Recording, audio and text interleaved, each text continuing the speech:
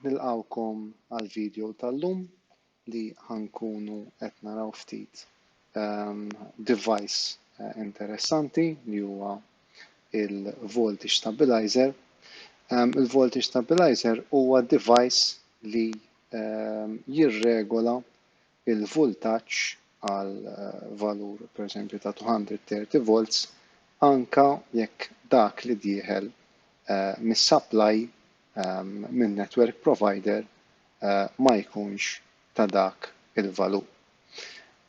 Jekk naqraw waħda in-nota li għandna fuq l-iskrin, qed jgħid li voltage stabilizers are devices which correct the AC mains voltage to provide a stable and secure power supply to equipment, allowing for a stable voltage and protecting the equipment from most of the problems of the mains.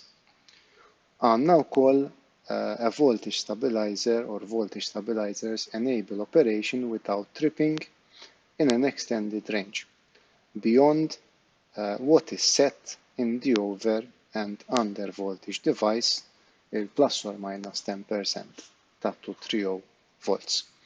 Mela, ix-xogħol tal-istabilizer huwa li anke jekk il-voltaġġ jinżel speċjalment taħt 207 volts li inti xorta tkun tista' tkompli topera id-devices tiegħek. Ovvjament reċentament kien hawn problemi kemm ta' power cuts kif ukoll ta' fluctuations jiġri id-dawl jitbaxxa u jarġa' jogħla u dak jista' jagħmel ħsara lill-appliances. Mela l-istabilizer huwa mod ieħor ta' kif aħna nistgħu nieħdu ħsieb l-appliances tagħna, però filwaqt li l-over u l-under voltage device jaqta' is-supply, l-istabilizer ħajħallik tkompli taħdem sa ċertu range, pereżempju dan id-device partikolari sa 150 volts. Hawnhekk qed naraw range ta' devices li hija available lokalment, hija tad-ditta Ortea. Bħala devices jiġu kemm single phase kif ukoll three phase u dawn ħajġu wired jew mal-installation kollha jew fuq ċertu ammont ta' essential circuits. Jiddependi mis-size tal-istabilizer. Ovvjament, iktar ma jikber l-istabilizer, iktar ħajkun hemm kost għoli u iktar ħajkun jokkupa post biex jiġi wired fl-installation. F'dan il-video qasir ħankunu qed inħarsu lejn stabilizer single phase tad-ditta Ortea kif qedna qabel, għandu power rating ta' 10 kV ampere u jaċċetta range minn 150 volts sa 250 volts. Bħala nominal current għandna 43.5 amperes u huwa ddisinjat għal indoor use.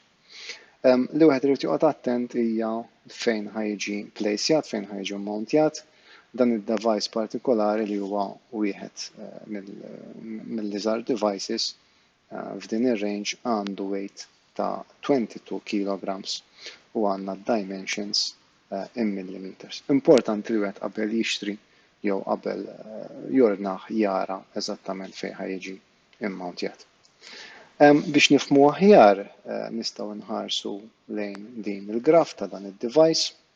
Normalment l-OVR nissettjawha kif qed naqbel plus or minus 10% li jiġi bejn 207 volts u 253 volts. Wieħed mill-iżvantaġġi żgħar ta' dan id-device huwa li jopera sa 250 volts mela wieħed ħajitlef din ir-range ta' 3 volts li però m'għandix toħloq problemi. Però għandna vantaġġ kbir. Aħna normalment nissettjaw l-OVR stana għal under voltage ta' 207, hawnhekk qed nestendu ir-range għal 150 volts. Mela filwaqt li qed nitilfu dawk it-3 volts min-naħa ta' fuq, ovvjament qegħdin niggwadanjaw ħafna iktar milli qegħdin nitilfu. Importanti li l-output capacity hija ta' 100%, ġifieri 10 kV ampere ħaneħduhom above 180 volts. Bej 150 u 180 volts ħankunu qed nieħdu daqsxejn inqas, però xorta hemm minimum ta' 80% capacity. Meta wieħed jikkonsidra li l-appliances kollha qatt ma ħajkunu mixewlin fl-istess ħin bħala stabilizer għandu jagħti performance tajba ħafna. Li nirrakkomandaw bħala installation jekk wieħed qed ikollu problemi ta' fluctuations u għandu equipment, speċjalment electronic equipment li jiswa ċertu ammont ta' flus, dan l-stabilizer vera forsi għandu ftit capital cost, però meta wieħed jikkonsidra kemm daw l-electronic devices jiswew, bażikament il-prezz tal-stabilizer għal single phase installat jiġi ħafna inqas normalment minn dak li jiswa electronic device. Jekk oġobkom dal-video, nistednukom biex tagħmlu subscribe u like kemm fuq il-YouTube channel tagħna kif ukoll fuq il-Facebook page KSC Engineering Malta. Jekk għandkom xi mistoqsijiet kemm jekk huma tekniċi jew kif ukoll jekk tixtiequ li ninstallawlkom wieħed minn dawn id-devices, nistednukom tagħmlu kuntatt magħna. Grazzi.